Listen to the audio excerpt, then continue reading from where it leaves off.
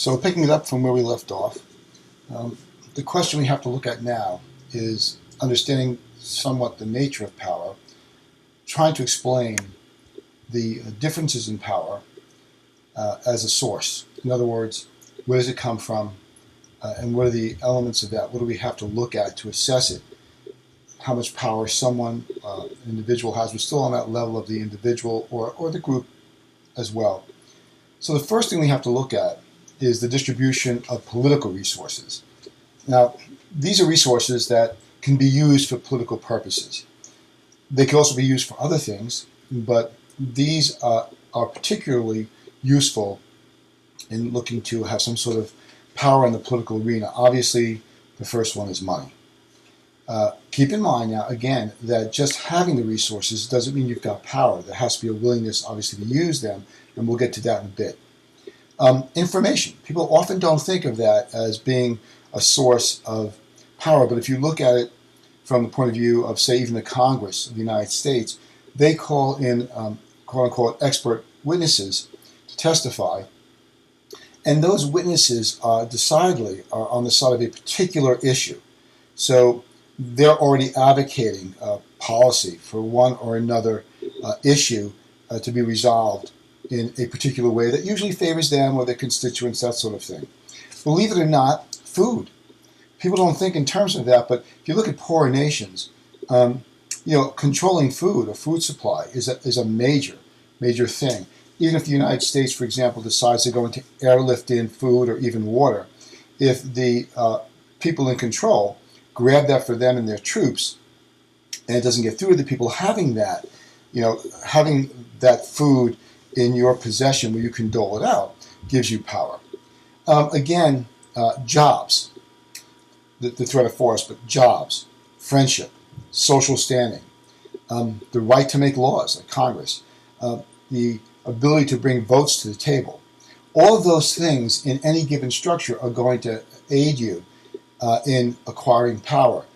Those resources are not the only ones. So if you had to describe it in sort of a very straightforward and non-particularized sort of structure, distribution of political resources is anything that anyone else wants that will carry some currency. Although we don't think of it, but even blackmail, the ability to have information on other people, anything that will have currency in the system that will help you control or influence the system or the structure of things is going to be a resource.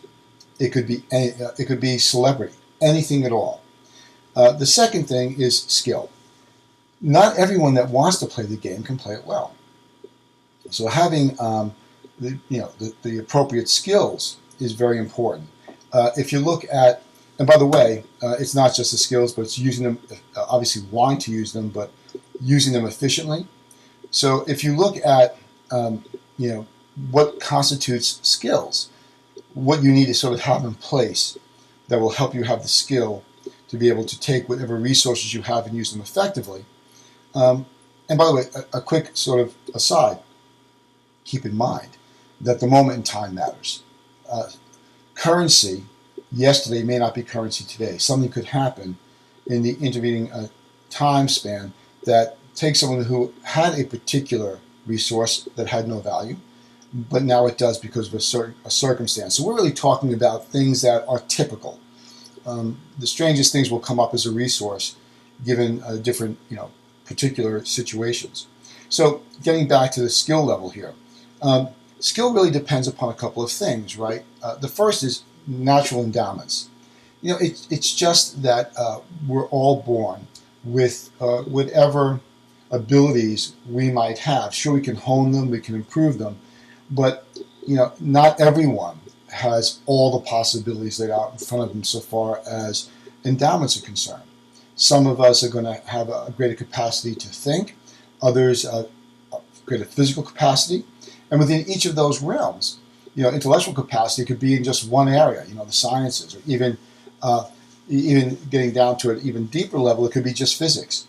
On the plane of physical endowments, let's say a good example of that would be sports, but not everybody that's a really great basketball player is going to play hockey as well. So it can be very particularized. So the endowments are there by really nature. You can nurture them, but really they have to be in place beforehand. Now, keep in mind that endowments could also be something like a great personality. You'd be surprised how far that will take you if people find you engaging. If they can say there's that something about you that just draws people in. It's undefinable. We don't really know what it is, but we do know when we see it. Then there are obviously opportunities. There's another part of this skill package here, if you will. Having the skill means nothing without the opportunities to use those skills. So, the variation in skill level is a function of the ability to use them as well. So, for example, if you live in a country where there is no baseball, sorry for all the sports analogies here, but there is no baseball, but you would be a great baseball player, then it doesn't carry any currency. If you would be a great soccer player, but it's not really a major sport, say in the United States, it doesn't give you the same currency here. It doesn't give you the same opportunities. Then the third and the last in terms of skill is the incentive to learn and basically practice those skills. Now we're talking about political skills. So let's move it back into that realm out of sports and the like. Let's move it back into the realm of practical, political skills. That if you feel alienated from the political process and helpless in that, you're probably not, even though you might be really, really good at it and very effective, you probably will not seek to work on, and get better at those particular skills. So the incentives have to be there. Now look at these three things: endowments, opportunities, and incentives. And you can see how the class structure really aids those that obviously are on the top of that food chain, if you will, because they're already going to have a whole bunch of resources that can come into play, and they have an incentive to go ahead and hone those skills, use those resources and hone their skills, because that will protect their particular endowments, if you will. So fundamentally, those that have a lot to protect are going to want to play the game. Those that have nothing to really gain by playing the game or have very few resources are going to be either alienated or they're not going to be, or they're going to be disinterested. There's a reason why when you look at poor kids growing up, they tend to gravitate towards either sports or the arts. And the reason for that is that those two areas are pretty much meritocracies. That is to say, if you're good at it, people want you in the field. Now, there's still connections and that sort of thing that might help you, but at the end of the day, if you can't catch a ball, throw a ball, you can't hit a note, that comes off, and people recognize that. So they're reasonably meritocracies. The merit is what matters, not necessarily your connections. It doesn't hurt to have those connections, and I would say that in the area of sports, that's probably the most you're going to come close to a meritocracy, because there it's pretty obvious. No one wants you, regardless of your connections, if you can't, catch the ball, throw the ball, kick the ball, move the puck down the ice, whatever it may be. So sports is really about as close to a meritocracy as you're going to get. Entertainment is probably next, because if people don't find you engaging and the like, they're probably not going to be hooked into you, and that means that no one's going to want you in their movies or television shows or whatever it may be. Nevertheless, it's a reasonable meritocracy. Probably within the field of entertainment, probably the one sub area that's more based, I think, on meritocracy than the others is probably comedy. If you're a stand-up comic, that's instantaneous. You're not funny, you're not funny. Nothing's going to make you funny. And so, obviously, when we talk about, having those incentives, it depends upon how much you have in the game, how much skin you have in the game, but also keep in mind that if you have nothing to really protect, right, then there's less of a likelihood you're going to really exercise any skills you might have. It's just a natural sequence of events that would occur. So if you want to get out of poverty, chances are you're not going to think necessarily about running for office. It happens. And there again, you're using the power that you have based upon your connection to that community. So the variations in skill or the efficiency in using them is really, a function of, having some incentives here to get involved, to use those skills you might have.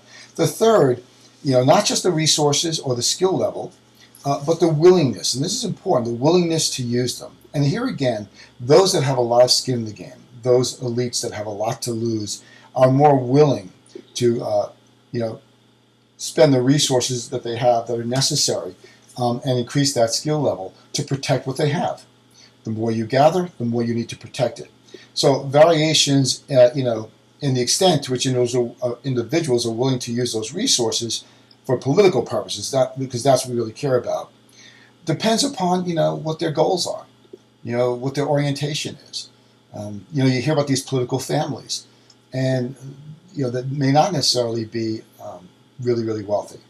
But you'll notice that it's sort of the family business, that, you'll see the father and then the child and then the grandchild are all involved in some area in the political realm. And so sometimes becomes sort of, for lack of a better way of expressing it, the family business. So if we want to rationally study the relationship then, the sort of cause and effect, what we want to be able to do is we want to be able to bring those elements together and keep in mind that seeking power and having the skills and the resources and the willingness to do all that still has to happen within a certain political realm, a political structure. Without that, there's no point to any of this. That's why dictatorships, are a bit more difficult to apply any of this, and because really you've got only one road to influence the way things are occurring or the way things happen, and that's obviously to either ingratiate yourself to the dictator, always an iffy proposition, because those closest to the dictator usually run the risk of the dictator sort of worrying about them becoming too powerful. You see that over and over again, and so oddly enough, the closer you draw to that, the closer you are, the more of a threat you become, as odd as that may sound. So anyway, the idea here is that when we look at this power, it has to happen in a particular venue, and it takes a different face, a different shape, in different types of political sort of structures. So how do we rationally go about studying these things? This relationship, then, the cause and effect, if you will, between having the resources and the skill and the willingness, and what those outcomes might be. Now, there's no hard and fast, rule about doing this, but these things appear over and over again in, distribution of resources and skills and the willingness to use them. They appear over and over again, and so it's not necessarily easy to think about how we sort of look at it across different cultures, but we can if we step back from it, and if we look at it in a slightly different way. If we just move back into the abstract, right, then we can kind of get our our minds a little bit more around how we go about doing this. So if you look at the way in which power can be used, and by the way, I don't want to get too sloppy with using the different power terms and going back and forth, might and force and influence and so on and so forth. But from this point forward, as I move along here, I will bounce between some of those terms only because the structure of it, the word, fits in better with the structure of the sentence or the idea. But you should keep these things separate in your mind, the different types or subgroupings of power. So power and its subgroupings can either be, positive or negative, right? What that means is you can either help or aid, or you can interfere with or diminish someone's power or what someone else is trying to do. So, for example, if I say that you should go to the store, and you go to the store, right? Then that's a positive, because I've got you to do what I want you to do. A negative would really be, I say go to the store and you say no. So obviously there's any number of ways in which you can influence have the tools to influence others. Again, what we like, because there's no resources involved, is this, trained control. Again, culture comes into that and the like. Then after that, we have persuasion, because if it's not going to be something that the culture embraces and you automatically do because it's been reinforced at home and in schools and with friends, then it comes down to persuasion, the ability to convince people that a particular action or a particular decision is a good one, based upon your ability to rationalize it on some level, to be able to make it accessible to others and make a reasonable argument for it. And then, of course, there's always those power elements, that can, influence others through sanctions, coercion, force, threat, that sort of thing. So, positive then is just means, it doesn't mean positive as in good. It just means moving people or institutions in the direction you want them to go. Now, if you're being resisted, if by me saying something, that's enough for you to resist, then that's problematic, right? So just keep that in mind. We like, obviously, trained control, sort of stimulus and response. Not that we love that or like it, but that we can understand it and we can readily see it. So it's certainly more predictable. There are so many habitual responses within a given society. As I said before, it's family, it's peers, it's schools, it's the media.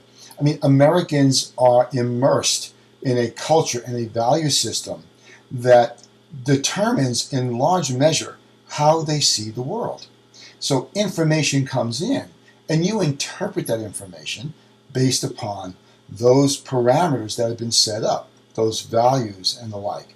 So, we hear it over and over and over again, that the values, and it's often very subtle, that the values really control the way we view the world. We see it, right?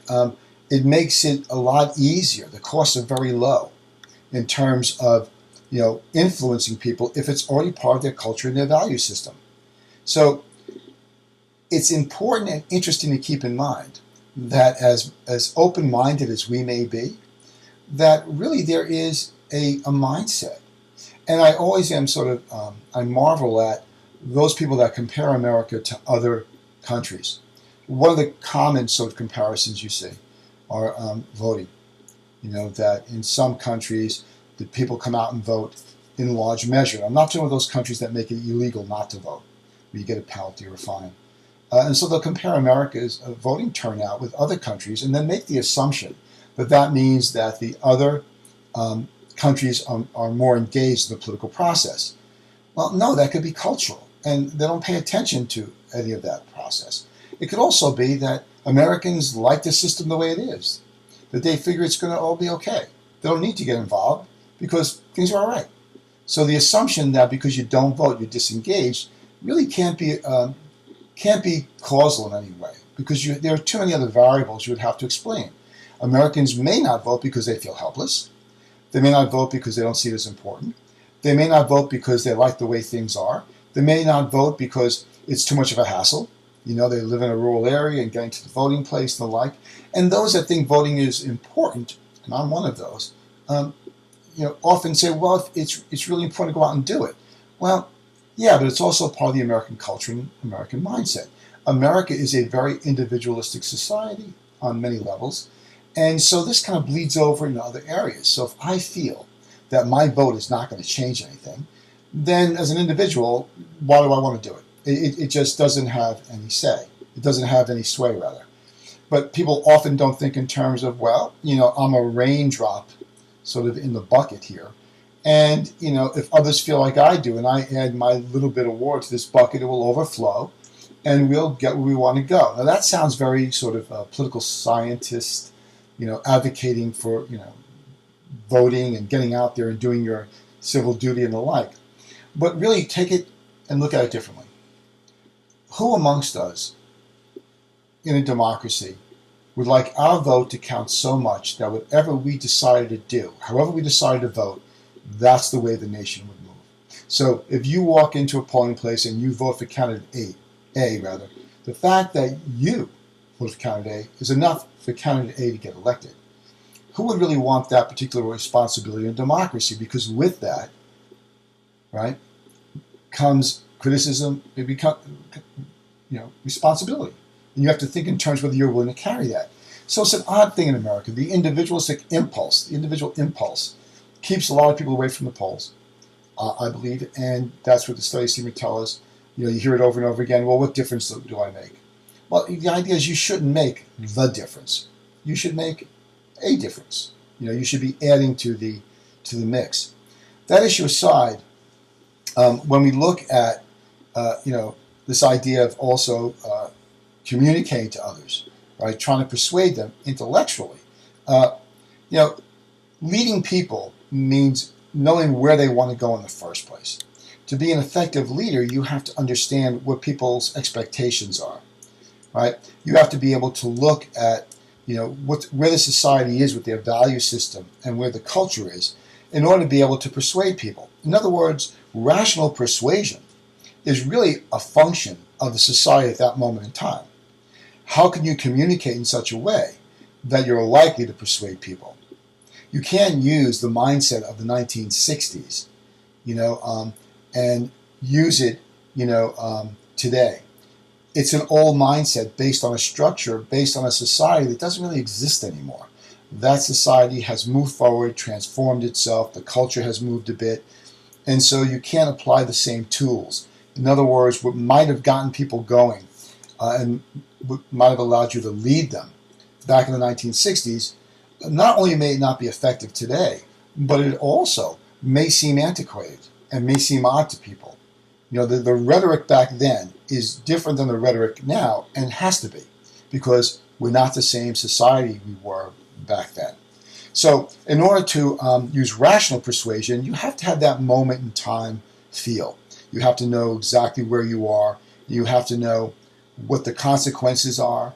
You have to understand the structure, how you can reach people, and the like. Now, there is manipulative persuasion, right? And you see a lot of this in the political arena. And basically, its intention is to distort things, falsify, omit aspects of the truth. This is the great weapon. Half-truths, people need to understand that a half-truth is a lie. What I mean by that is if I'm only giving you certain facts that will inevitably lead you to a particular conclusion, then I've manipulated you in a way that is not, it's persuasion, but it's not based on the truth. Now, I'm not talking about someone who believes something to be true. I'm talking about someone, and so they advocate for it. I'm talking about someone who knows that they're distorting the reality. So, for example, if someone were to say, let's say I were running for political office, or you were running for political office, and let's say that you stood up one time and you said that the U.S. government needs to change its ways because it's a failure, and now that might have been in a very specific context, and your opponent could say that you don't believe in America, right? Because you said X. Now they can confront you and say, well, wait a minute, did you say X or not? Well, you did say it, but it was a context, leaving out the context. There's a photo, of Barack Obama walking up a flight of stairs, and there was a woman to his left who had reached down, and they cropped the photograph. And with today's technology, this is all so easy to do. They cropped the photograph so that it looked like he was looking at this woman sexually on some level, right? But by cropping the photograph, they gave you a half-truth. He wasn't doing that. There was someone out of the frame that they didn't show you who had fallen. And so hearing the sound, he turned around. So you can shape, the perception and persuade people by using half-truths. Half-truths are always a lie. And the thing that makes them so much more dangerous than an bold-faced lie is there is some measure of truth to it. And so it's a lot easier to use half-truths and manipulate, for example, public opinion. You see it done all the time by politicians. They use half-truths to sort of make their point. to get people to think of their opponent in a certain way and the like. Uh, you know, keep in mind that you're trying to change people, you're trying to induce them to change, but it doesn't mean that the change is always good or that the way in which you're going about bringing about the change is good for all or even appropriate for all. So when you look at things like coercion and physical force, on some level, because they're more obvious. There's less likely to be any manipulation. In other words, if we attack your country, it's pretty obvious we've done that. Now, there could be all kinds of rationales for why we did it, and those could be littered with half-truths. But at the end of the day, the thing about the physical use of power is that there's no denying that you've used it. And so you can't really hide behind, as one might think, the actions as you can around the word. In other words, when you physically do something, it's clear you've done it, for the most part.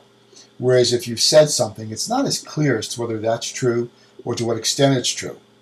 All right, so that's how we sort of go about trying to look at these different political systems and the players in them. Their resources, their abilities, all of that, and then we try and look at how and where and when they use those particular skill set and the like. So the question now becomes, it's sort of an intellectual sort of inquiry, is it possible to create any kind of political system that reduces the use of coercion and other undesirable forms of power? Is there a way to structure this? So then, if you begin to question that, it leads to really a whole different set of questions. For example, do differences even matter? Does it matter what kind of political structure or system you have? And if they do matter, those systems, do they differ in any important ways? In other words, if it's a difference without a distinction, it doesn't really matter. Also, does human nature limit the possibilities in terms of what kinds of institutions we can really put together and create a society or a government with? Or are we so tied to our environment, as I said before, values and the like, that it's unalterable. The way we think is unalterable, right? Well, obviously, there's more than one way of thinking about this, and people tend to fall into one of two schools, which is political systems never really vary very much, at least not in important ways. And the other is that political systems are just shaped to fit what people want. So in the first instance, they don't vary in important ways. I would argue that they don't. In terms of fundamental, basic structures, you're going to find certain things in place in each of these governing structures, and you're going to find that the skill set and all of that still exists. It's just the venue, the way in which that has to manifest itself changes. The idea of political systems sort of shape the way you want to shape them, well, the heart's desire, if you will, that's going to go on anyway, and people are going to try and move that system from this inalterable system to other, more desirable systems, at least for that moment in time, as those people perceive it. Well, look, cultures change. They have to, only because there are things going on beyond the control of the culture. In other words, especially today, we don't live in a world where we could be isolated. So things that are happening around the world begin to influence the decisions that are made here in America and abroad. No one is in isolation anymore. So even if your culture is very happy, you've gotten to the point where it's like, this is the perfect place to be, it's going to be influenced by outside forces. And there's a natural social evolution that happens. Human beings are interesting. On the one hand, we want consistency. On the other, we want change. Too much consistency drives us crazy. We want things to be, shaken up a bit. But too much change, as you know from Huntington, becomes unbearable. So it's odd. We all want consistency, so we know that we can depend upon certain things, but we don't want them to be so consistent that there's no possibility of them ever being altered. Now, you really need the altering of these elements only because they have to be adaptable. Starting to sound like Huntington, right? They have to be adaptable in some way because things are going to change. The one constant is change, and you have to accept that that's coming. So there is some need to shape things in the way that you would like them shaped, but nevertheless, there's a need to shape them. And so these are not static systems, governments are not, right? They're not static systems. So everything changes. If you look at the world over time, if you just look at, for example, the major powers and their colonies, and those nations that had control over, that has really changed a lot. You've seen many more nations that had a stronghold on several different countries or even several different continents. That's changed. They have not been able to hold on to that. And the reasoning is very simple, I think, on some level, which is the culture changes within your society where people look at that and say, maybe this is not right. And people have more, through technology, more information coming back so they can assess it differently. And there are other ways in which you need to spend your resources. There's more of an international competition, so you don't want your nation to fall behind. So in other words, there is inalterable events that are going to occur. What I mean by that is they're coming. We don't know what they are, and if we did, ahead of time we'd be in great shape. We'd be able to predict the future, but we don't. And so as those changes come, we have to deal with them. We have to adjust to them. We have no choice. And so it's in those moments where change is coming that we can affect what the structure, the governing structure, what the political structure will look like after that change has been incorporated. And that's where a lot of effort is placed. We've got this opportunity now because things have to change. Now we want to influence how they change so it will benefit us. And so what happens here is change is opportunity. People think that, well, if the system's consistent, people can sort of control it. And that's true. But change is inevitable. And those that will survive, that had a hold on society are the ones that know you need to let go of that. You need to alter it. Think about the monarchy in England. They understood that we need to change here with the times or the monarchy is going to be lost. And so they found a way of adapting so that the monarchy stayed in place. And today, even though, we don't sort of in any obvious way support monarchies, people embrace it. They embrace the English monarchy. Even in England, it's seen as a source of, well-being for the nation. Having the monarchy in place gives them a sense of belonging to something perhaps larger than themselves. But that's the ability to transform yourself when change is coming. Now, had the monarchy fought that, what might happen is a total disaster. They might have been eradicated in some way. All right, well, what can we do then in looking at and comparing these different political systems? We know that power exists. We know there are resources. We know that as change comes, you've got to deal with it. Is there any way to look at the characteristics of these political systems and get a sense of how power can sort of influences the day? And the answer is yes. We can look at a few things. First is the uneven control of political resources. Political resources are never distributed evenly, right? They are distributed unevenly. The people that have the resources can expand them. They could be diminished or they could lose them altogether. Those that had no resources can expand them or increase their value. So there is always going to be uneven control of political resources. And a lot of this is the moment in time. You may have always had a specific ability, but it doesn't mean that it's going to have any value in the marketplace.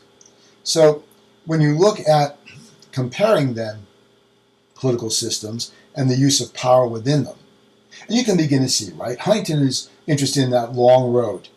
And what really Dahl's interested in is, looking under the hood and seeing how this engine is working that's moving it down the road. So as we look at this, in terms of uneven control of political resources, we look at several things. Specialization of function. That's important because it creates differences in the access to political resources, right? What function you can perform, your area of specialization. That's going to carry currency, depending upon that moment in time, and what the political resources are that are necessary. The second is inherited differences.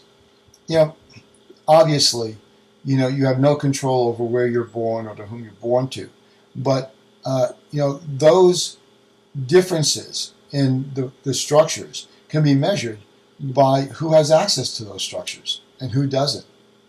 If you look in America, the poor and the wealthy live under the same political system and structure, but they're treated very differently, right?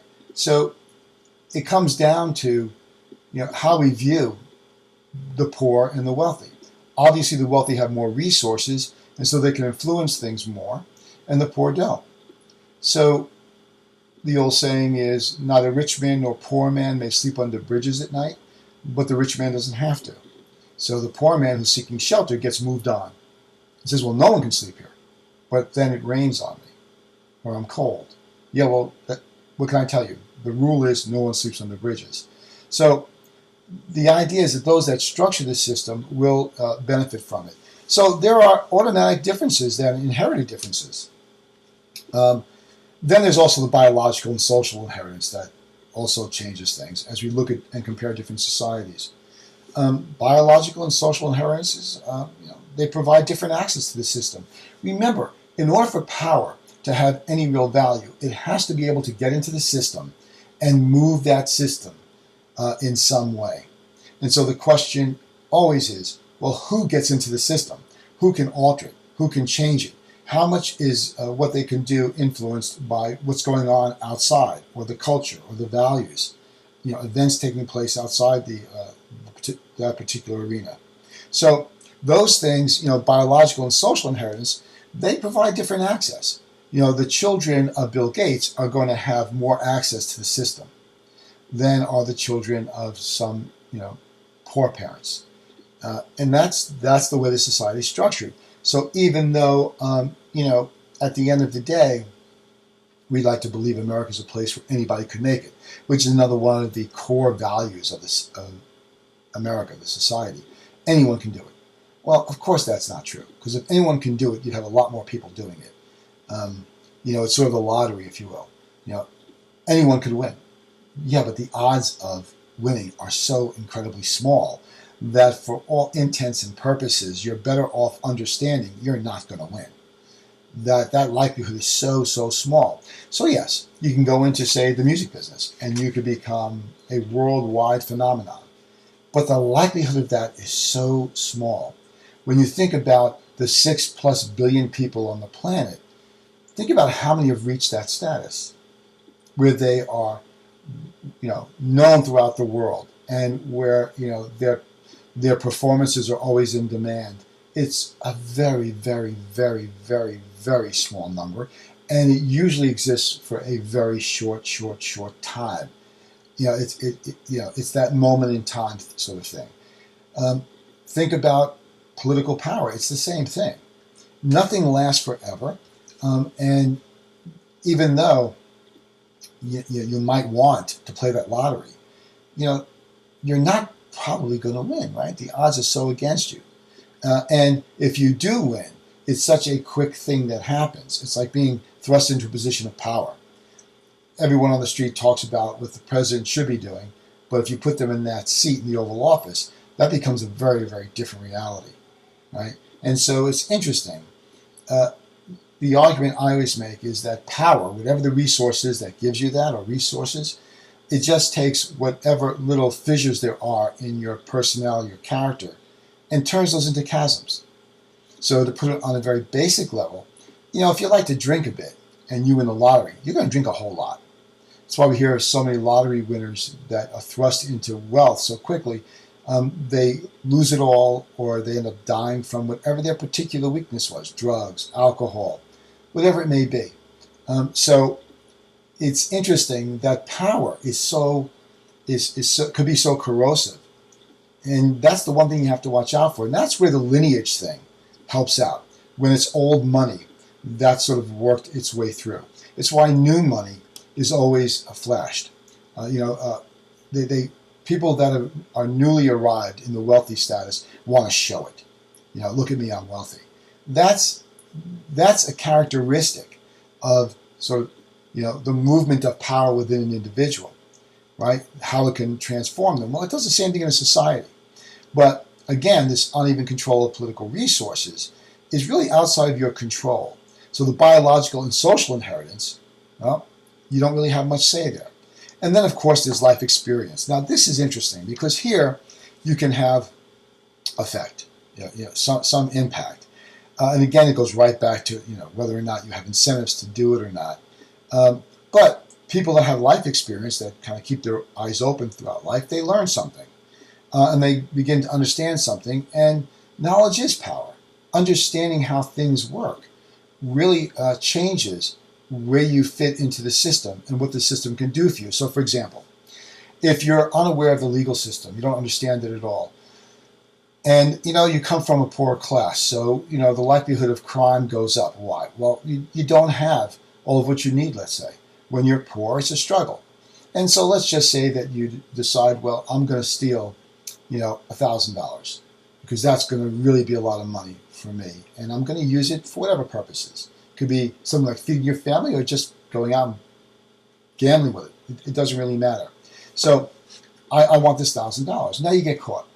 You don't understand the system. You don't know how it carries forward. So now you can't afford a lawyer, so you get a public defender, which is, one has to be provided for you under the law.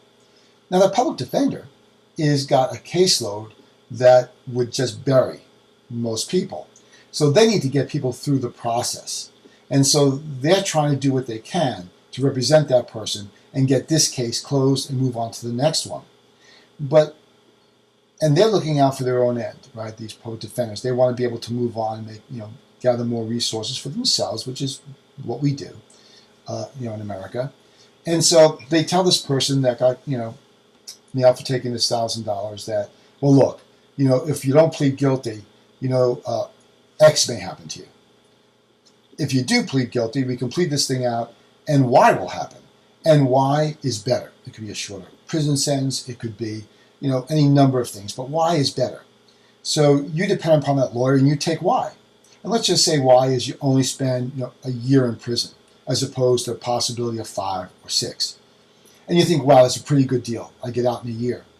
But the reality is that conviction now follows you everywhere. And so as you get out and you're applying for a job, there it is. You want to apply for a mortgage at some point. So you've worked really hard, and so there it is. So it follows you for the rest of your life, and it keeps you in a weakened position.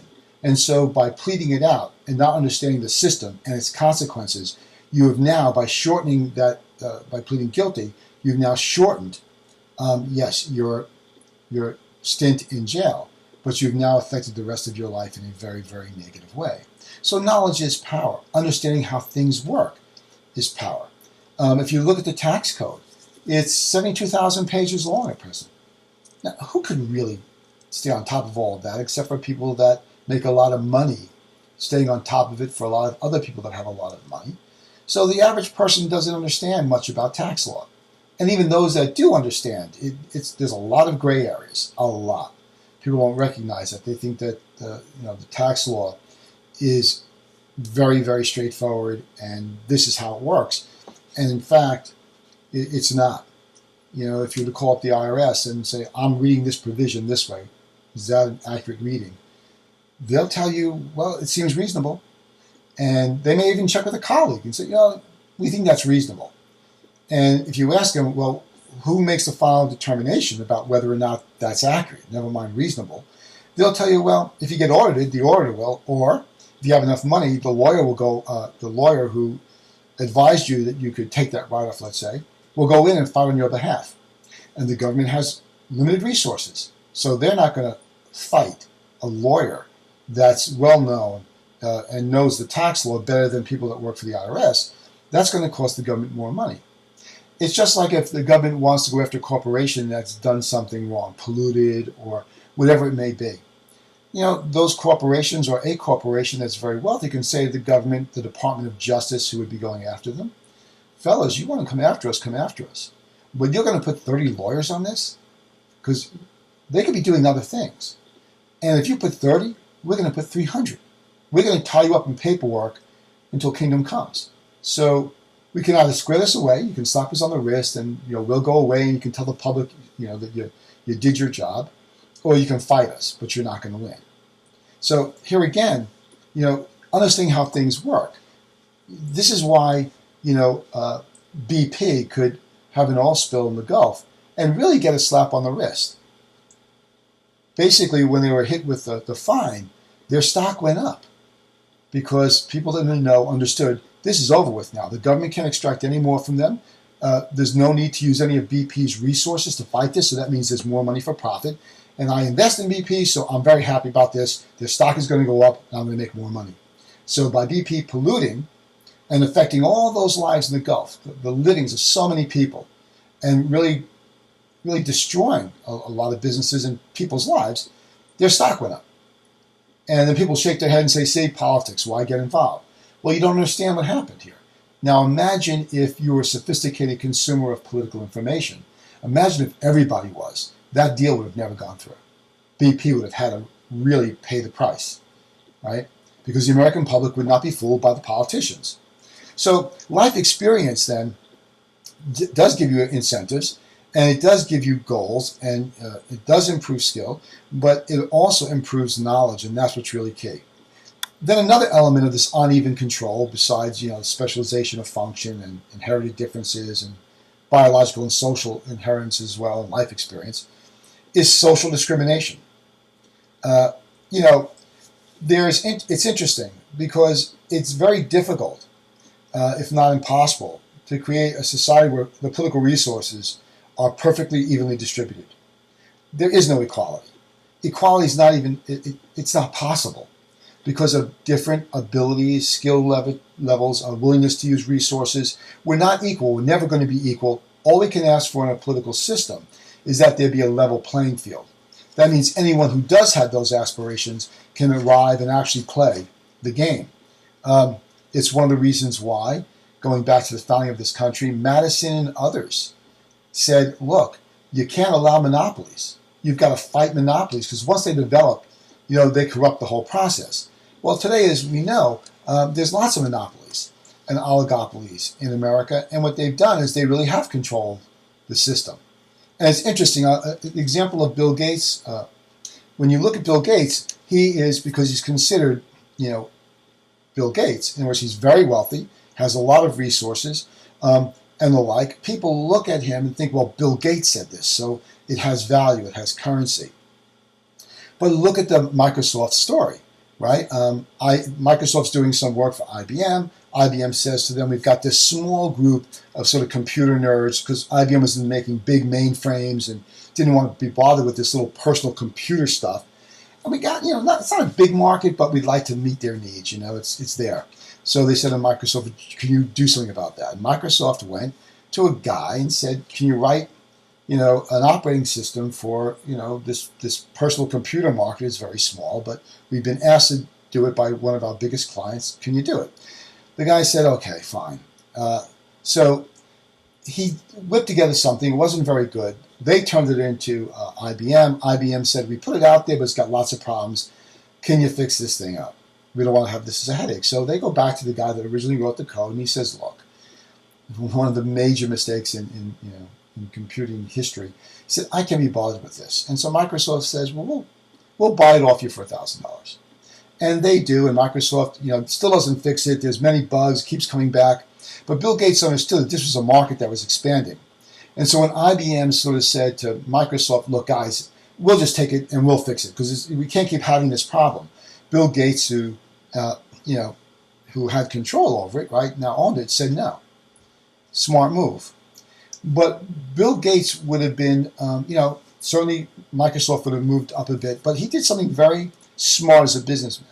He realized that because he had the operating system and his private computers, personal computers was growing, you couldn't run any software programs unless it worked on that operating system. So that put him in a position of real power. And so basically he could pick and choose. So in the beginning, of course, he wants to allow the most popular programs, and those that have become popular, to actually work on the platform he's developed, on the operating system. But in time, what he did was he realized, look, there's a lot of money to be made, say, in word processing packages and in spreadsheets. So I want into that market. So I have two choices here. I can either change the operating system so those programs won't work on it anymore, but that's a pretty bold step, and it's pretty obvious. Or I can give away a spreadsheet package and a word processing package and attach it to my operating system and give it away for nothing. So since they're paying for the operating system and it costs next to nothing to put software on it, he went ahead and did that. Now imagine these other companies that are competing for that market. They're competing now with a man who's giving away their product, in a sense, not their actual product, but what they do, a spreadsheet or word processing. He's giving it away for free. Well, what's going to happen to the market? They have to get the operating system anyway, and whoops, there it is. I've got right on my operating system now, attached to it for free, a program for word processing and one for a spreadsheet. So what happens? People stop buying, Lotus 1, 2, 3. They stop buying WordPerfect. And those businesses get beat and clubbed. And then as soon as they're driven pretty much out of the market, Bill Gates monopolizes. He starts charging for those software packages that were previously free. And he does updates to them. They do updates so that people have to buy them again. And you pay monopoly rents, which is excessive. You provide excessive profit for Microsoft. And so that's a corruption of the entire process. But yet, culturally, he has made it from nowhere to this great heights. And when that happens, when they become this successful, they become, people that then form typically some sort of foundation that helps people. And then the sins of the past are forgotten. But the monopoly still stays. And that's a very corruptive process. Just like today, if you have enough money and someone patents an idea, the larger companies could just steal the patent. They'll just go ahead and produce it anyway. Why? Well, you're a little guy. You have this great idea for a patent, and you've got it. We've taken it. So we have a lot of lawyers, and you don't have any resources. So even though it's your patent, we can get you into court and bury you in legal paperwork to the point where you'll lose everything. So you're really helpless. So the patent law is meaningless if people with resources can violate it so directly and so willingly and not be held accountable for it. That's one of the major problems, is if you look at so many things, so many structures put in place, so many laws, that like civil forfeiture, fighting the war on drugs has allowed laws to be put in place that allow the police to take your property if they think that property is being used in some sort of drug ring. So what happens is, because they can't prove that you are criminally liable for, it was a criminal act, they can't prove that. Under the suspicion that you're somehow involved in drugs, they can take your resources, your money, your house, or what have you. So there's an instance where some kid is selling, some pot on the front porch of his parents' house. The cops get that and they take the house. And since the house is not a person, it doesn't have any rights. So it's a civil matter. So the police take these monies, and it's billions and billions and billions of dollars a year that are taken from middle class and lower class people, because the wealthy will fight it, and so they don't go after them. So a cop pulls you over, he says, how much money do you have on you? You say, I've got $2,000. I think you're using that to buy drugs. Takes the $2,000, brings it back to the police station, and that money can be used any way they like. In some instances, they have to give a piece of it to the state, and another piece of it to the federal government. But it can be used any way they want, and try and get that money back. So they can do anything. They can look at your bank accounts. So this is a democracy, and think about how undemocratic that is. It's almost like a police state.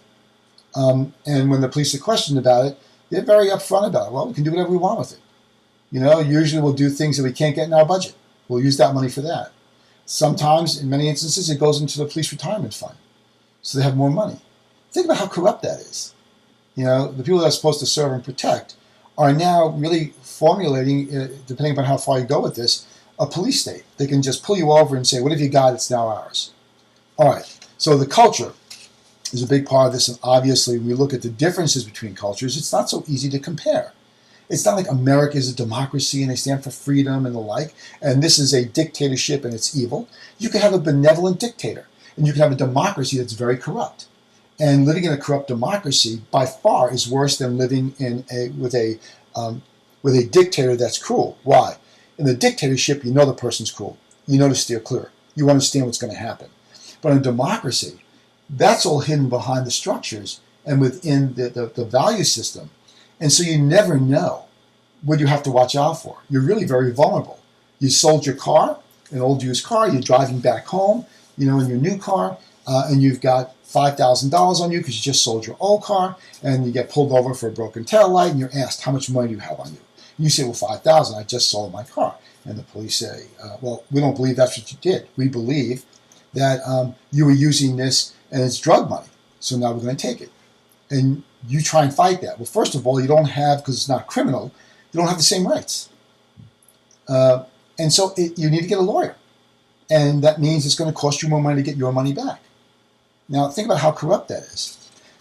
Okay, so let's move on here to the pursuit and resolution of conflicting aims. In any political system, as we're comparing those, right? And my whole sort of tangent there was to show you that just labeling something a democracy or a dictatorship is not enough. You've got to compare them on many different levels. So one important level is how they resolve conflict. Conflict and consensus are important, right? You're going to have disagreement, and that will move the society forward depending upon how that disagreement, that conflict is met. If you're suppressing people that want their civil rights, as in this country going back 50, 60, 70 years ago, then that conflict is one that's going to move the system. And then you have to build consensus around. So conflict and consensus are very important. Order and change, right?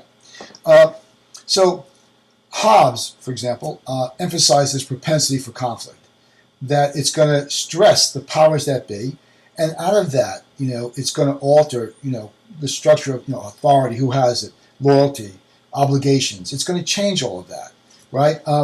So on the other hand, you have Aristotle and Rousseau, who emphasize that there's more of a cooperative nature here. There's a propensity for people to cooperate. And I think that both are true.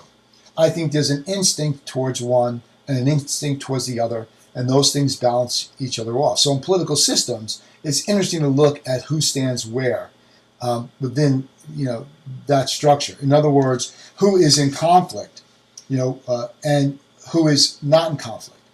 How do they deal with the conflict, and how do they deal with the consensus or reforming consensus?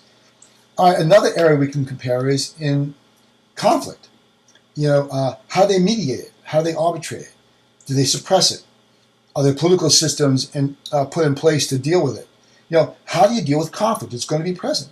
So how does that happen? We can compare different systems and how they deal with conflict.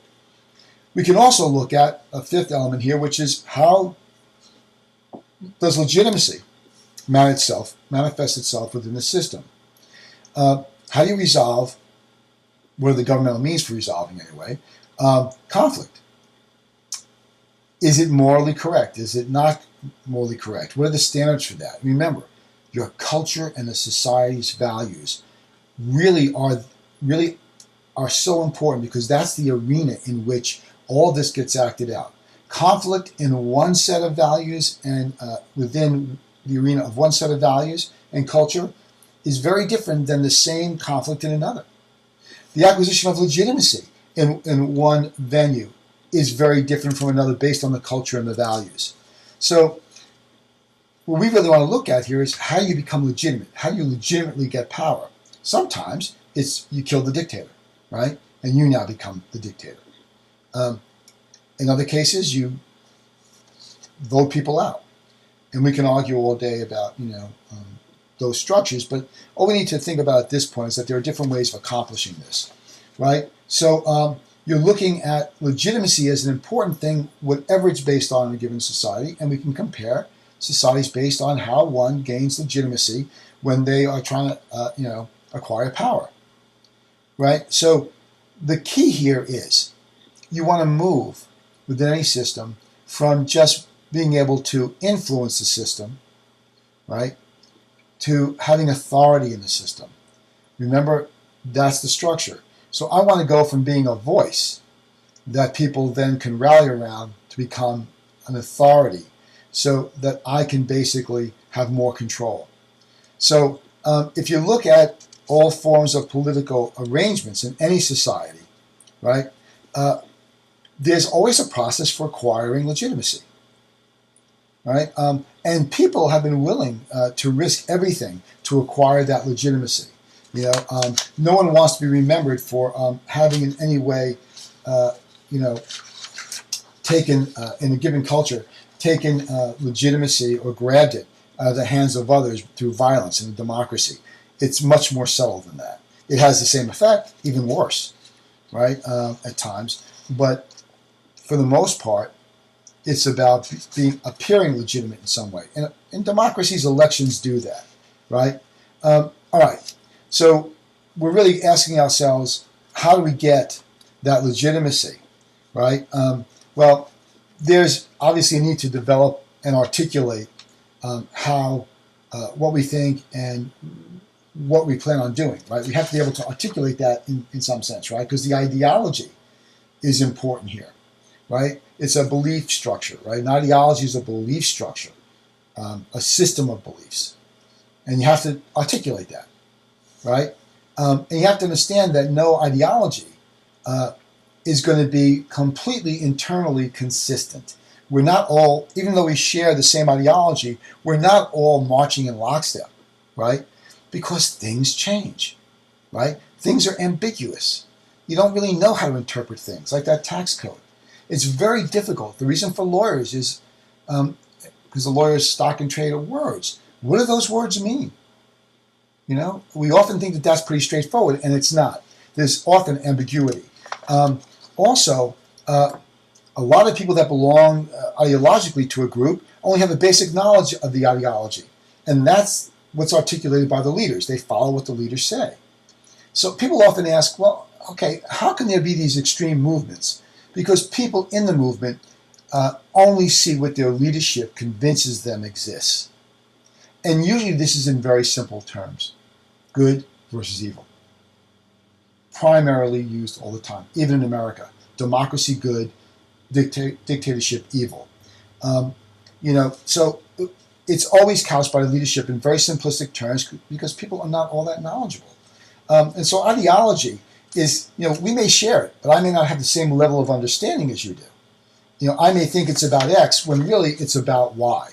And that becomes problematic because I'm easily influenced then, by what the leadership tells me. They've become legitimate, and what they say must be true, right? Think about religious organizations and how people will believe what the leadership there has to offer or will say because they have a direct link to God or what have you. People really turn over everything to them and are willing to, move in that direction that their leadership wants them to move in, not without exception. There are times when things change and leadership gets challenged and that sort of thing, but there is legitimacy in place, and that carries the day for quite some time usually. And of course, the other reason, as we're looking at the differences in political systems, things that move that is the impact of other political systems. We've already talked about this. The outside world influences you, right? And so we come down to the eighth, which is the inevitability of change. All political systems will change. Now this is very, Huntington harps on this, right? There's political order in changing societies. Things will change. All political systems, and we can compare those systems based on this, they're going to have change. The question is, how stable and significant is that change? Change is difficult to predict. Uncertainty is consistent through all political structures. Uncertainty, how we go about dealing with change as it comes down the road, right? So you have to keep in mind that when we talk about comparing political systems, it's not about good or bad. It's not about do they feel the way we feel. It's looking at those 8 things.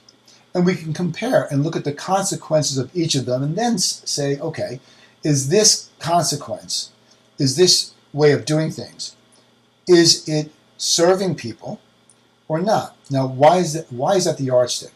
Because the reason why people form nations is for liberty, right, life, and property. We come together so we're not walking around, suffering the impact of everything that can be thrown at us. We gather and come together to sort of tie our fortunes to one another, to belong to a bigger group so we're more secure, so we can live a better life. So if that's the reason why we're forming nations, which is the only reason to form a nation, right? We're forming a nation for those purposes, it would make sense that we want to move towards a structure that will serve those ends for the greatest number of people. Again, if we come together and form nations because we believe life, liberty, and property, which is so important to all of us, right? Being free, not being and being alive, of course, and being able to benefit from the fruits of our own labor. No one wants to grow a crop of corn and have someone take it from them so they starve to death, right? That we're better off working together, forming a little subgroup, right, where we protect each other.